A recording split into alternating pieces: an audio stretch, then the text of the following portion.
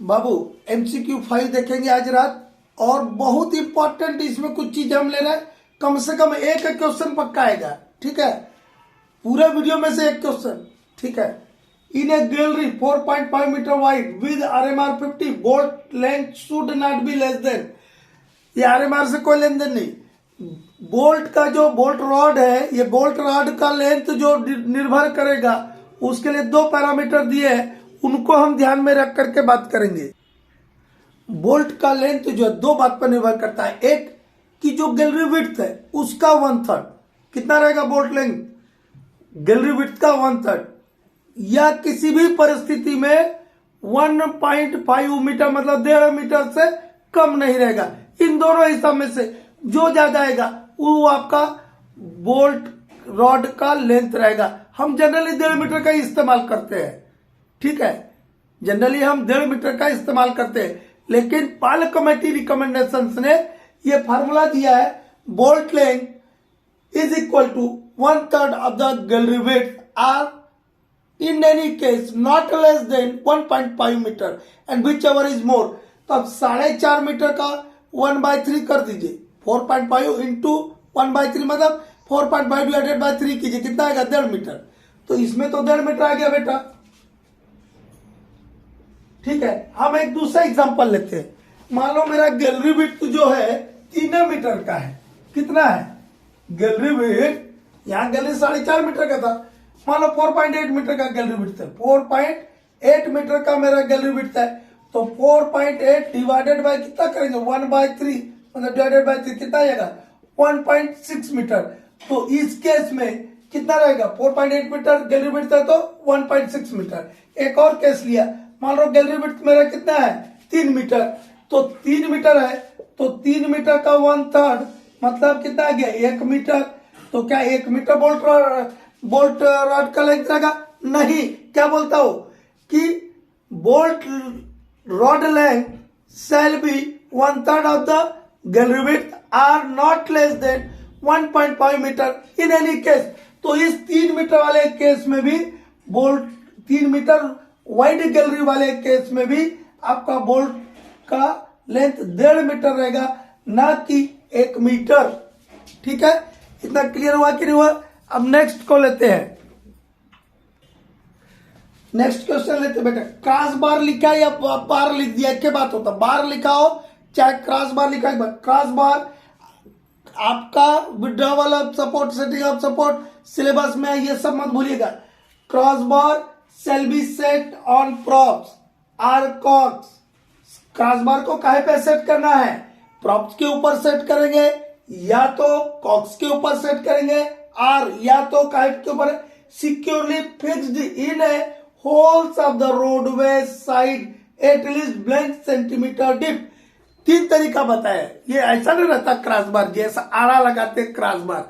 और जिस दिन हम प्रॉप बता रहे थे आप लोगों को, तो हम बताए कोई सपोर्ट हो जो पैसिव टाइप का सपोर्ट होता है उसको रूप के साथ टाइट करते तो वहां क्या लगाते थे हम, प्रॉप के ऊपर क्या लगाए थे, लीड लगाए थे, ठीक है, 50 सेंटीमीटर लंबा एक लीड लगाए थे कि नहीं, कुछ डायमेंशन बताए थे, और एक वेज भी घुसाते हैं उसमें। क्या करते हैं वेज क्या करता है और बढ़िया से टाइट कर देता है। वेज क्या होता है, अरे टेपर्ड एक लकड़ी का टुकड़ा रहता है, कुछ नहीं रहता है, ठोक देते हैं उसको, एक तरफ मोटा रहता है एक तरफ पतला रहेगा टेपर टाइप का, उसको ठोक देते हैं, ठीक है। किसके बीच में, आपका रूप और लीड के बीच में ठोक देते हैं, ठीक है, बढ़िया से टाइट होएगा जब ही ना करेगा।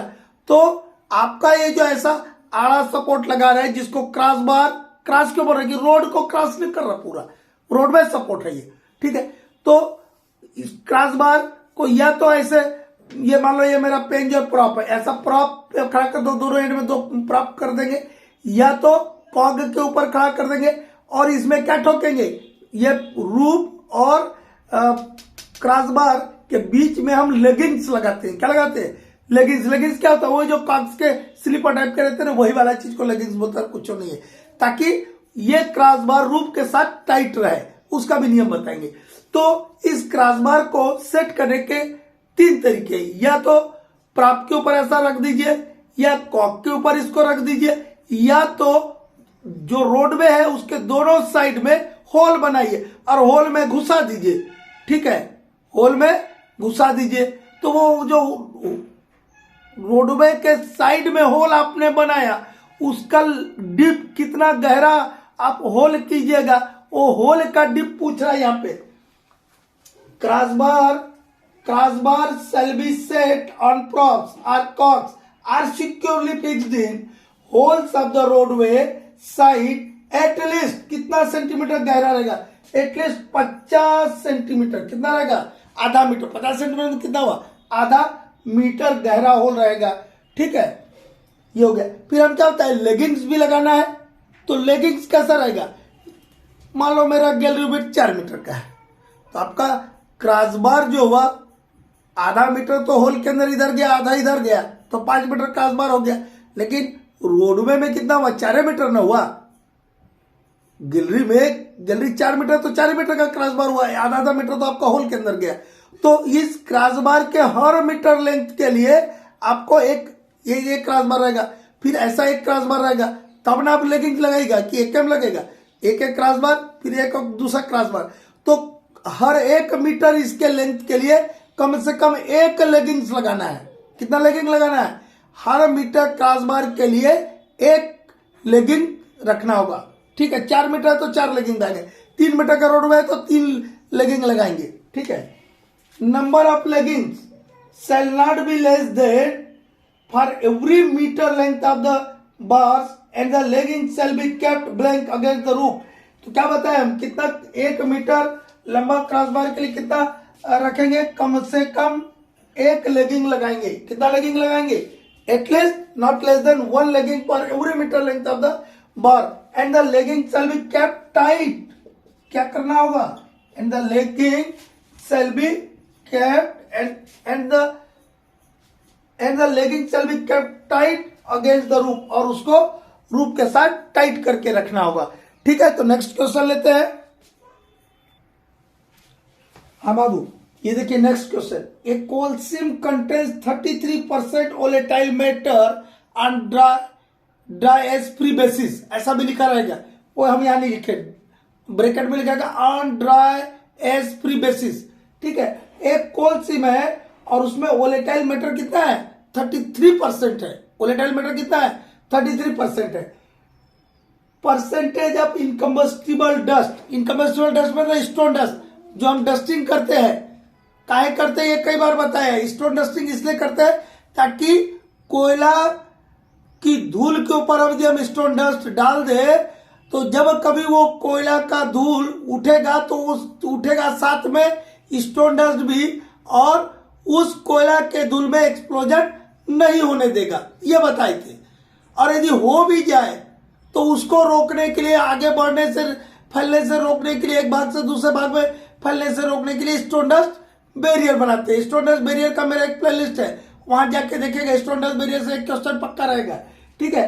तो हम जो स्टोन डस्टिंग करते हैं उसको कितना परसेंट होगा, percentage of incombustible dust in a mixture of dust, जो कोयला का धूल के ऊपर ना स्टोन डस्ट डाल रही थी, तो यदि उसका हम सैंपल ले, कोयला धूल के ऊपर ही ना हम स्टोन डस्टिंग करें, तो यदि वहां के सैंपल ले, डस्ट का हम सैंपल ले, तो उसमें कोल डस्ट भी होगा, स्टोन डस्ट भी होगा, उसी स्टोन डस्ट को हम इनकम्बस्टिबल डस्ट बोलते हैं। तो उस इंटीमेट मिक्सचर जो है डस्ट का, उसमें स्टोन डस्ट कितना परसेंट रहना चाहिए, यदि वोलेटाइल मैटर कितना दिया आपको, 33% दिया है, ठीक है। तो इसके लिए रूल रेगुलेशन क्या है, रेगुलेशन 144 का सब रेगुलेशन 3 क्या बोलता है, क्या बोलता है, बड़े ध्यान पूर्वक सुनिए मेरी बात को। ये बोलता है बेटा कि यदि कोल सीम में वोलेटाइल मैटर 30% से कम है, ये 30% से अधिक वाला केस है कि नहीं है, तो 33 लिखा ना, 33।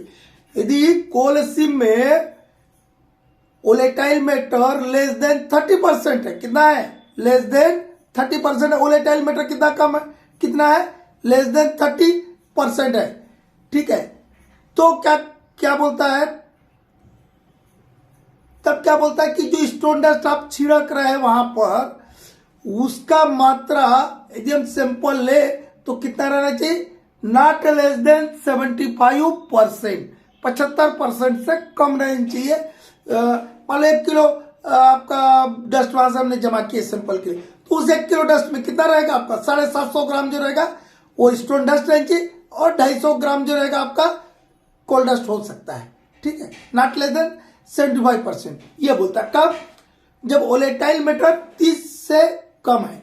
वोलेटाइल मैटर कितना है 30% से कम है, तब इनकम्बस्टिबल डस्ट मतलब स्टोन डस्ट का मात्रा जो रहेगा वो 75% से कम नहीं रहेगा, वो समझा भी दिया।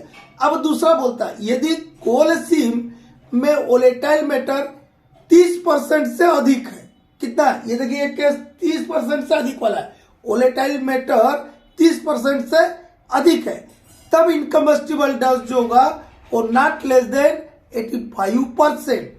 तो ये कौन से वाले केस का है, पहले वाले केस का कि दूसरे वाले केस का है? दूसरे वाले, क्योंकि मोर देन 30% वाले केस में आ गया ये।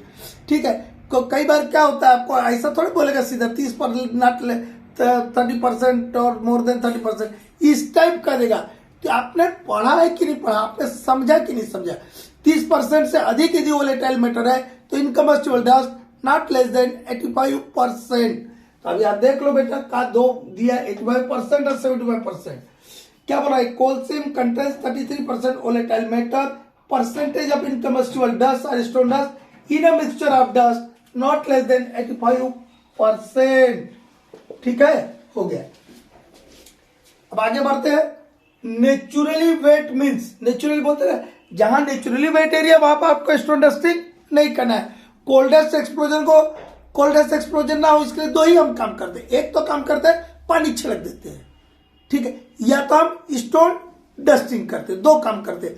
और जो यदि नेचुरली वेट एरिया है ना वहां पे हमको पानी छिड़कना है ना स्टोन डस्टिंग करना है, क्योंकि वो ऑलरेडी पनिया है वहां पर, तो पनिया है तो पनिया काहे मारेंगे, और स्टोन डस्ट मारेंगे तो कीचड़ बन जाएगा, तो दोनों काम नहीं करना है। तो नेचुरली वेट किसको बोलते हैं, लेकिन नेचुरली वेट एरिया किसको बोलेंगे, तो उसको बोलेंगे यदि वहां से हमने डस्ट का सैंपल लिया बचवा, और उस सैंपल में जो सैंपल मतलब डस्ट के सैंपल में मॉइस्चर का परसेंटेज मतलब वाटर का परसेंटेज जो है बाय वेट 30% से ज्यादा हो, कितना हो 30% से कम नहीं होना चाहिए, 30% से कम नहीं रहेगा, तब क्या होना चाहिए वो, तब उस एरिया को बोलते हैं नेचुरली वेट एरिया। तो क्या बोलो, naturally wet means the weight of water in intimate mixture of dust not less than 30% by weight।